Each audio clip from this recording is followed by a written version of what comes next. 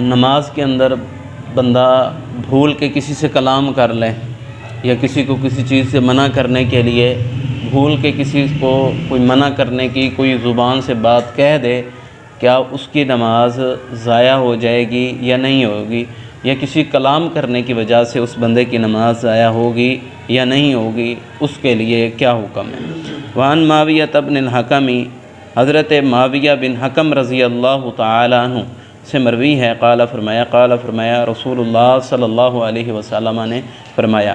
حضرت معاویہ بن حکم جو عام عرف کے اندر حضرت معاویہ رضی اللہ تعالیٰ عنہ معروف ہیں، یہ وہ معاویہ نہیں ہیں بلکہ یہ اور صحابی ہیں جن کا نام حضرت معاویہ بن حکم ہے، یہ اور صحابی ہیں۔ شروع اسلام کے اندر انہوں نے ابھی ابتدا کے اندر اسلام قبول کیا تھا، تو اتنے احکام و مسائل کا علم نہیں تھا، پتہ نہیں تھا، ایسا بندہ سیکھتا ہے نا۔ نماز پڑھ رہے تھے، انہیں چھینک آنے کے بعد انہوں نے کہہ دیا الحمدللہ، اور ساتھ ایک اور صحابی ٹھہرا تھا جو ابھی مسلمان ہوا تھا وہ بھی، تو اس نے کہہ دیا یرحمک اللہ۔ پھر انہوں نے دوبارہ جواب دے دیا یہدکم اللہ ویصلح بالکم، یہ جواب دے دیا۔ اب یہ نماز کے اندر کلام ہو گئی، ایک دوسرے کے اوپر دعا، اور یہ کیا ہو گئی؟ کلام ہو گئی۔ کلام کی وجہ سے صحابہ کرام نے اپنے جو ہے نا رانوں کے اوپر زور سے ہاتھ مارنے لگے، خاموش ہو جاؤ۔ جب مزید ان کی گفت و شنید بڑھی تو انہوں نے انہیں گھورنا شروع کر دیا۔ انہوں نے اپنے اشاروں سے کہا کہ تسی اپنی نماز پڑھو، میں اپنی پڑھ رہا، تسی میں کیوں تنگ کر رہے جے؟ کیوں؟ ابھی اسلام نے سکھا ہوا تھا، اتنا علم نہیں تھا۔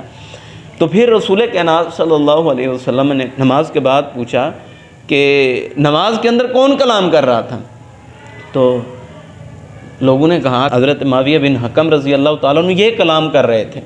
آپ صلی اللہ علیہ وسلم نے بلایا اور فرمایا کہ نماز کے اندر آپ کلام نہیں کر سکتے، نماز کے اندر آپ کلام نہیں کر سکتے۔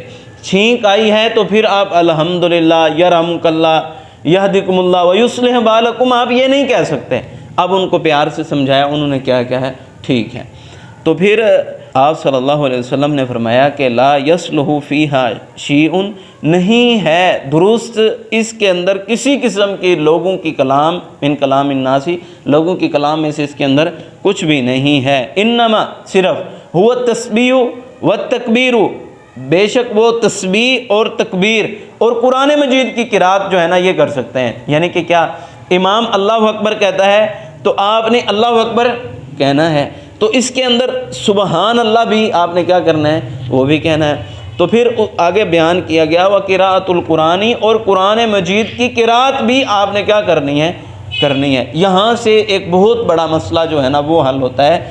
حضرت معاویہ بن حکم رضی اللہ تعالیٰ عنہ جب الحمدللہ یرحمک اللہ یہدکم اللہ ویصلح بالکم جب یہ باتیں ہوئیں تو آپ نے منع کیا کہ لوگوں کی کلام آپ نے نہیں کرنی۔ پھر آپ نے کیا کہا؟ تسبیح بھی تکبیر بھی یہ دونوں بھی جائز ہے، وقراءۃ القرآن اور قرآن مجید کی قرات بھی جائز ہے۔ یعنی کہ کیا ہے کہ امام قرات کر رہا ہو سورۃ فاتحہ تو پیچھے سورۃ فاتحہ پڑھی جا سکتی ہے، تو اس کے لیے یہ ممانت نہیں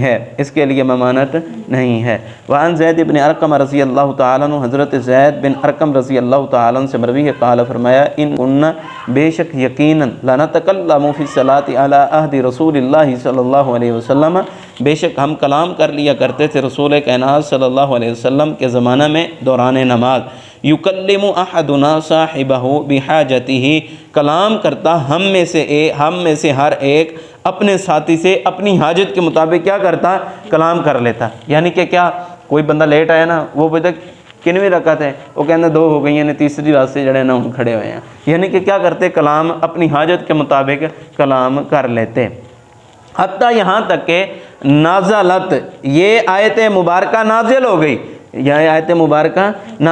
گئی، حافظوا علی الصلوات والصلاۃ الوسطی وقوموا للہ قانتین، حفاظت کرو اپنی نمازوں کی، اور درمیانی نماز کی خصوصاً حفاظت کرنی ہے، اور اللہ کے سامنے کیا ہونا ہے؟ مطیع و فرما بردار ہو کے کھڑا ہونا ہے۔ تو یہاں پہ کیا بتایا گیا ہے کہ پہلے کیا تھا کہ اپنی حاجت کے مطابق کلام کر لیتے، حتیٰ کہ یہ آیت مبارکہ نازل ہوگی، اور یہ آیت کہاں پہ ہے؟ سورۃ البقرہ کے اندر ہے اور یہ مدنی آیت ہے۔ مکہ کے اندر یہ حکم نہیں تھا، مدینہ کے اندر جو ہے نا یہ حکم نازل ہوا۔ اب ہمارے دوسرے حنفی بھائی دلیل کیا دیتے ہیں کہ نماز میں سورۃ فاتحہ نہیں پڑھنی، تو وہ کیا دلیل دیتے ہیں؟ وَإِذَا قُرِئَ الْقُرْآنُ فَاسْتَمِعُوا لَهُ وَأَنصِتُوا لَعَلَّكُمْ تُرْحَمُونَ۔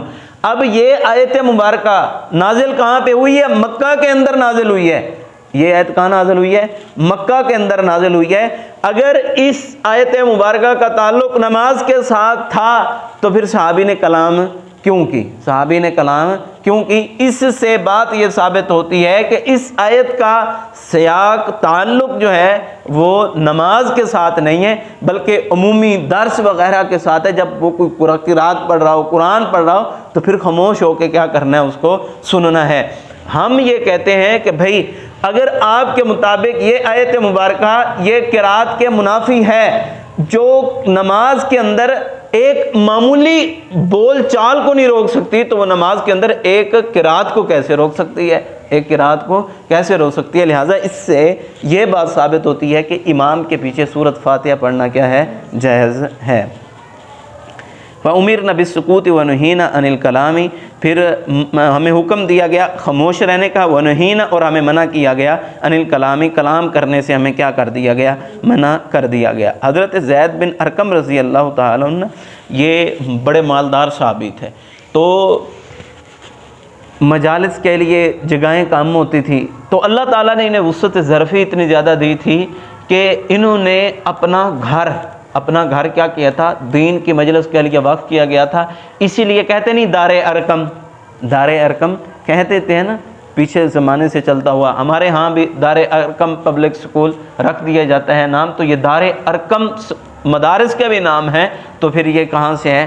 اسی مدرسے سے نسبت ہے جو حضرت زید رضی اللہ تعالیٰ عنہ نے صحابہ کرام کی مجالس کے لیے وقف کی تھی، یہ وہ دار ارقم ہے۔ ٹھیک ہے، اس لیے جو ہے نا وہ دار ارقم کے نام سے لوگ سکول وغیرہ بھی رکھ لیتے ہیں۔